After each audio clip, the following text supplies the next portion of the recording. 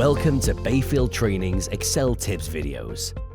In today's video, we will explain how to use the Excel function VStack to stack the ranges or arrays vertically. Let's understand this with an example.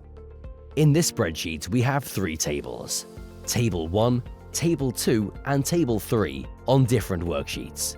We want to stack these tables vertically on a single worksheet. Therefore, open a new worksheet. At B2, type equals VStack open bracket. Go to worksheet Table 1 and select the whole table. Type a comma. Select Table 2. Type a comma. Select Table 3. Type close bracket and press Enter.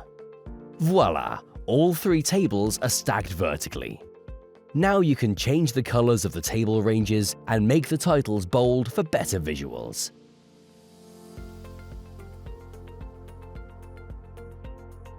Happy learning! Follow us on our social media platforms to learn more about our Excel tips. And for more information about our executive education courses, visit our website www.bayfieldtraining.com.